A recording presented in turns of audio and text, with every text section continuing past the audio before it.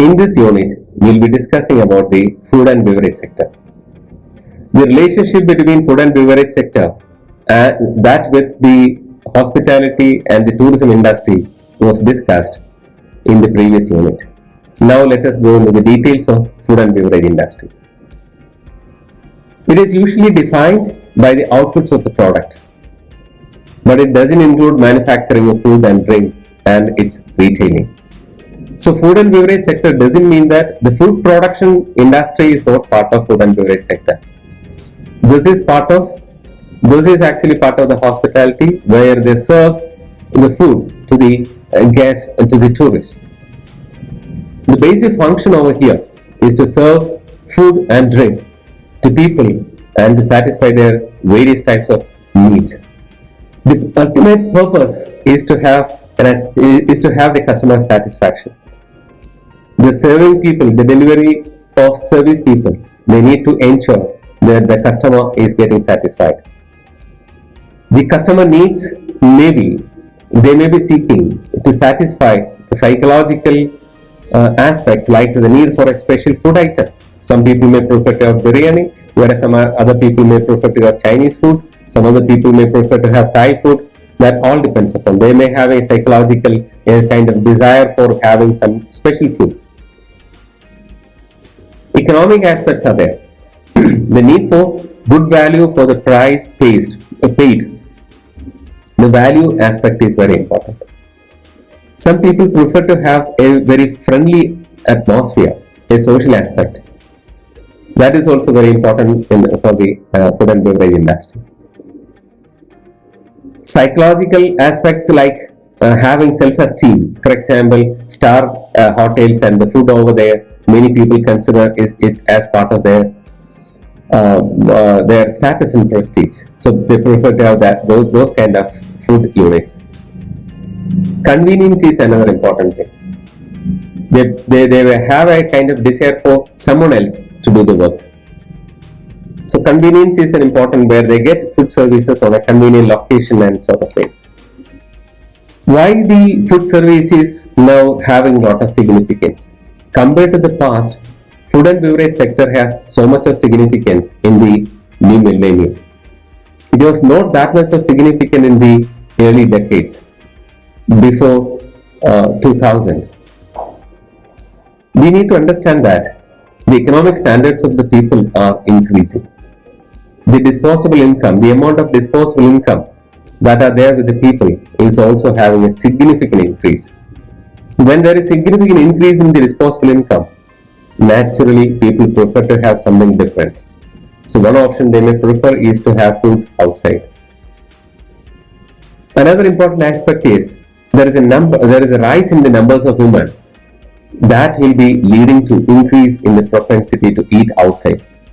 When women are working, naturally the time they get for cooking and spending time for cooking the food would be less. So sometimes once in a while or maybe frequently, they may prefer to have food from outside. Increase incident of two worker families, both husband and wife are working. That means preparing meals at home is significantly reduced. So that is a common phenomenon across the world. The new generation people and the movement away from traditional family pattern have caused more people to eat outside. That is also important. When the household items was large, there will be many people inside. The number of people inside would be high. So naturally, they can share the work inside and they can share cooking as well. So that the opportunity for cooking by other people inside the home would be high. But nowadays, people, independent nuclear families are there, so they may prefer to have food outside as well, and they may not be having enough time and the time for dedicating for cooking. What are the characteristics of food and beverage sectors? We need to understand that food and beverage is an important part of everyday life. Everybody needs to have food for their survival daily. So it's a daily activity. It is a very important part of everyone's daily life. It's a highly fragmented sector. Lot of different kinds of units can be seen. Lot of different types of business establishments can be seen in the food and beverage sector. It creates a lot of employment. It's a service industry. It's a labor intensive sector. It needs employees in the kitchen. It needs employees in the supply area. It needs employees for managing and administration activities as well. It encourages entrepreneurship. More people they can have their own businesses in connection with food and beverage sector. It promotes diversity through many different food concepts and cuisines. That is why local foods have a lot of significance nowadays. Apart from the internationally standardized kind of food concepts. There is a possibility for innovation as well. You can have variety. You can have your own exotic items. You can have innovative items. So innovation is possible in the food and beverage sector. There is a consumer-led one. We may prefer to have the food options according to the interest of the consumer. For example, if you see the food outlets connected near a particular school or a college, so the food items that are being served will be that matching with the interest of the students. But when it is near a hospital, the food varieties may be different. When it is in the heart of the city, again food varieties may be different. So it's a consumer-led one.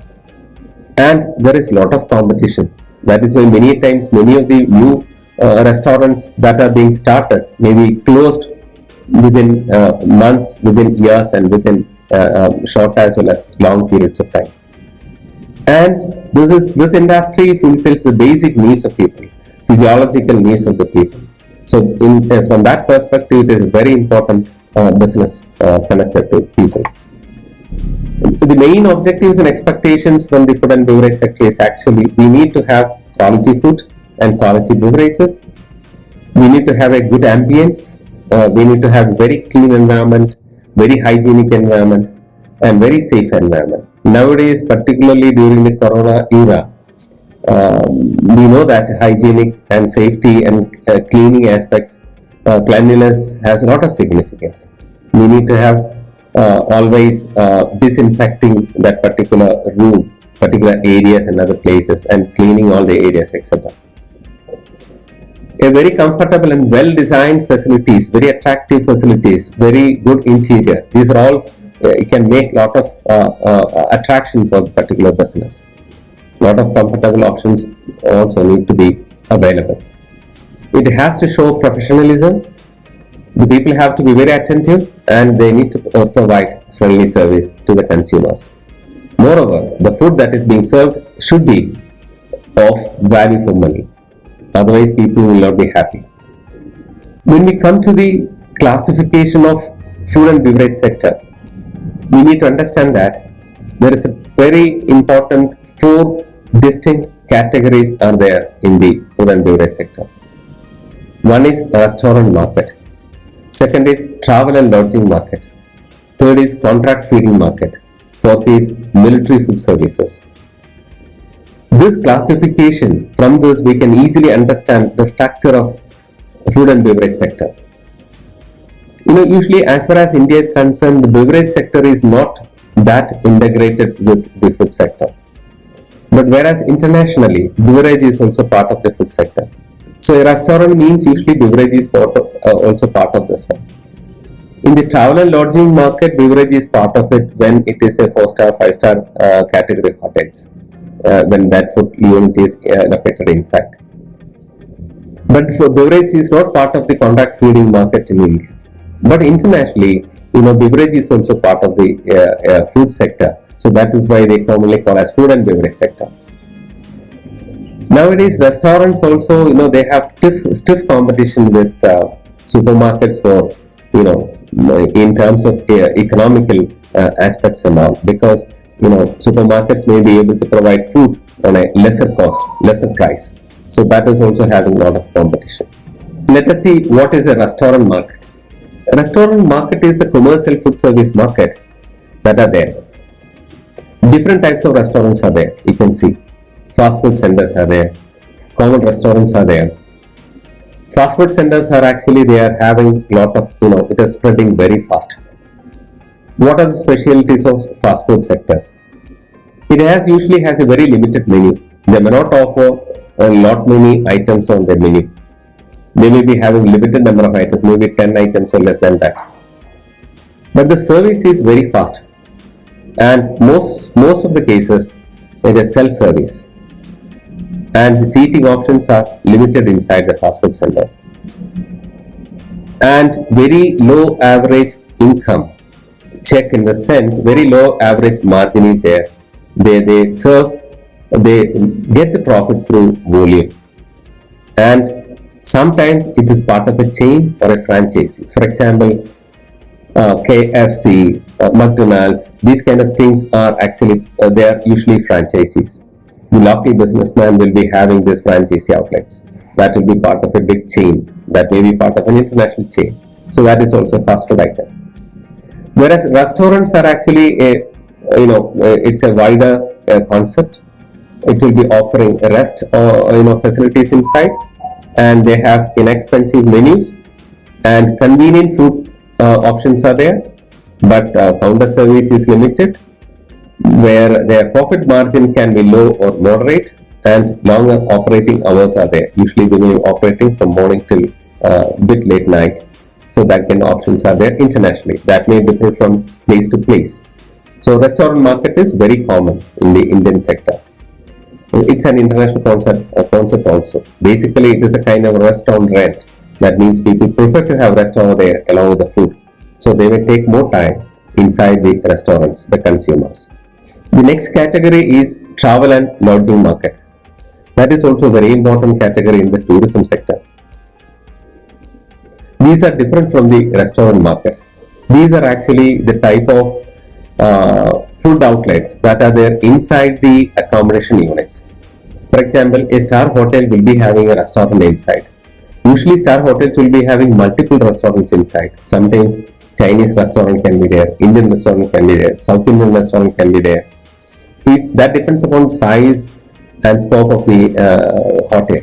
If the hotel is large, then definitely, and when they are having customers from different markets, different regions in the world, definitely they will go for multiple restaurants and other sort of food service outlets inside their premises.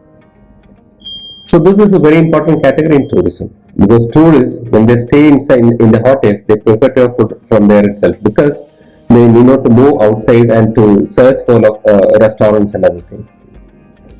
This segment serves a more captive market, and the patrons do not have the alternative to eat at home. So naturally, these are the guests. They have come from faraway places, so they may not be able to move outside.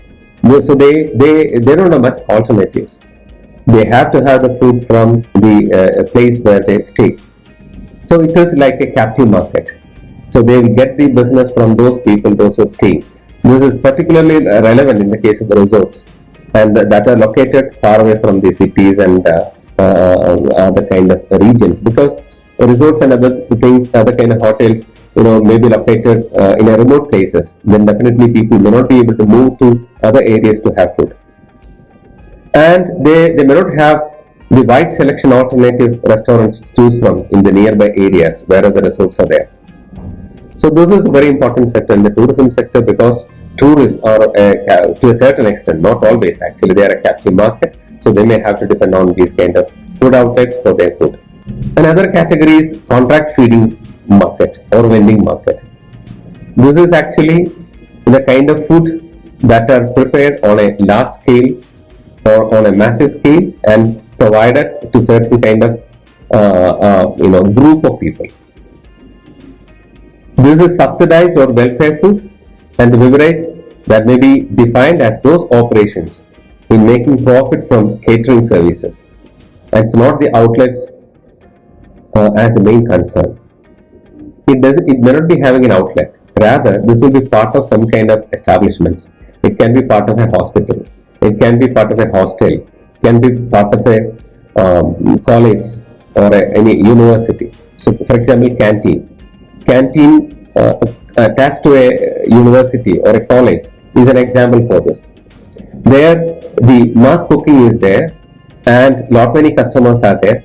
The variety may not be that many, but the rate will be less. subsidized food will be offered, welfare food will be offered. So that is the specialty. The customer base and motivation for eating dissimilar to commercial sector. These are not same as whatever the motivation they do have. They are not same as that in the case of restaurants and others. Healthcare or hospitals are an example where the food is served. That is an example for contact feeding. Schools and college feeding, prisons, and recreation options when they are having group customers and all. So naturally, these kind of customer feeding services is very important. The contact feeding as a food service industry become more technologically complex. People demand more quality food, more quality in food service, and contact feeders are becoming the expert in maintaining quality levels. The growth of contract feeding market is a cost reduction, and the contract feeders are competitive because of economy of scale and hurting small operators. Sometimes small operators are getting a stiff competition from the side of the contract feeding market. Food and beverage sector is a large variety of sectors are there. Commercial options are there. Subsidized options are there, as I said in the case of contract feeding. Open market is there, like hotels, restaurants, pubs, fast food and takeaway center. Restricted markets are there, like travel catering, clubs, contact food service, function and event catering. Event conferences and also contact feeding services are possible. Subsidized or welfare food options are there. Employee catering and institutional catering are there. Contact food service for employees, in-house catering for employees.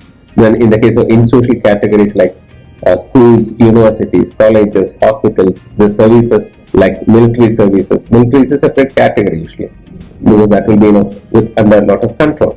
Prisons, care homes, geriatric centers, etc. Inside the food and beverage options also, self-operated units are there, businesses are there, franchisee agreements are there, as in the case of McDonald's and KFC. All these are franchisees usually. Management contracting is also there, outsourcing is also there. So these kind of ownership options are there in the case of food and beverage operation service sectors as well. If it is self-operator, the owner or organization manages operation themselves, and it could be small, large, or a franchise for situations. It is self-operated. That means owner. Whoever is owning the company, can be an individual or an organization. They will be managing. They are the owner as well as the manager. Franchisee agreement is very important in the case of restaurant and this particular F&B sector. With a franchisee, which is a franchise, the owner of the facility pays fees for the franchisor. Franchisor means whoever is the franchise company, in exchange for the right to use the name, building design, the business methods of the franchisor.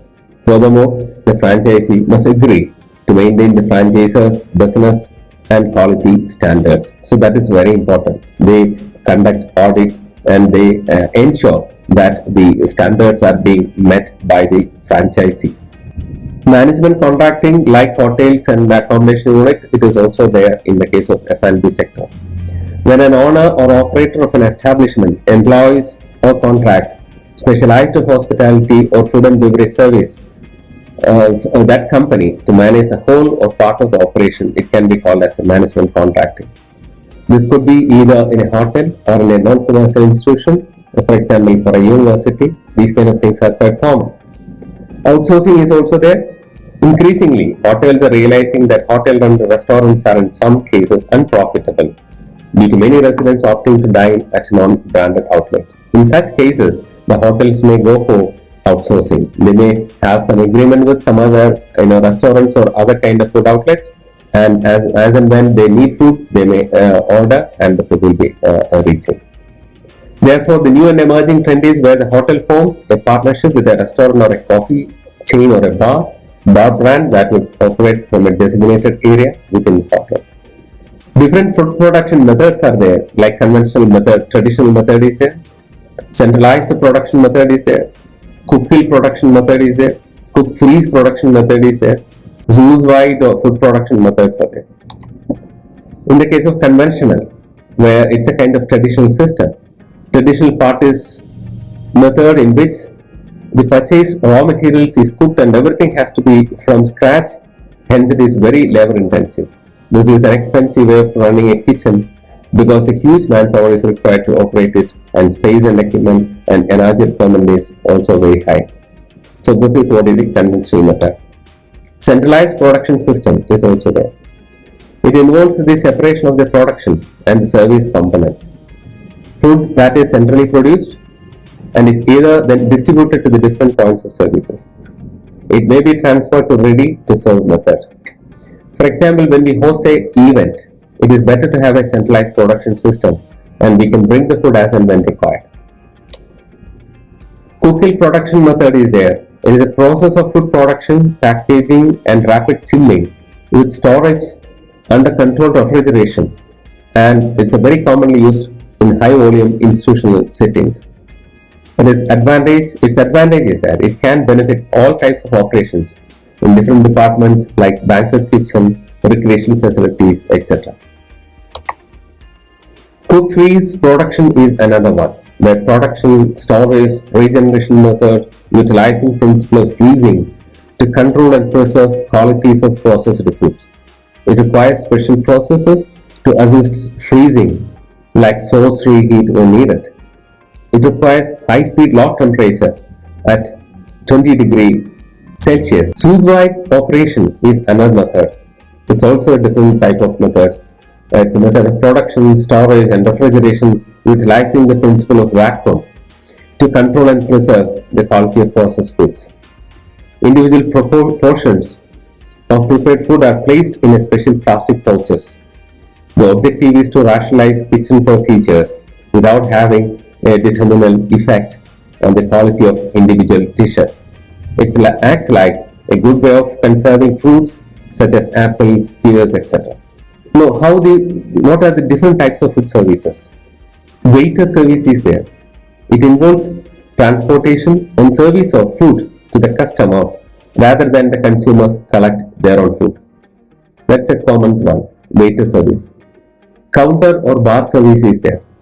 In the bar service, the customer sits on the stools or chairs at a counter in the shape of which it may be a straight line or depending upon the particular establishment. Self-service is there. In the self-service method, it may be described in which consumers collect their own food as part of their choice and no service staff comes to the table. Buffet service, it is another method of food service which is modification of true self-service. Eurasian service is also there. It's in a manner. It's a type of dining that involves courses being brought to the table sequentially. American service is also there.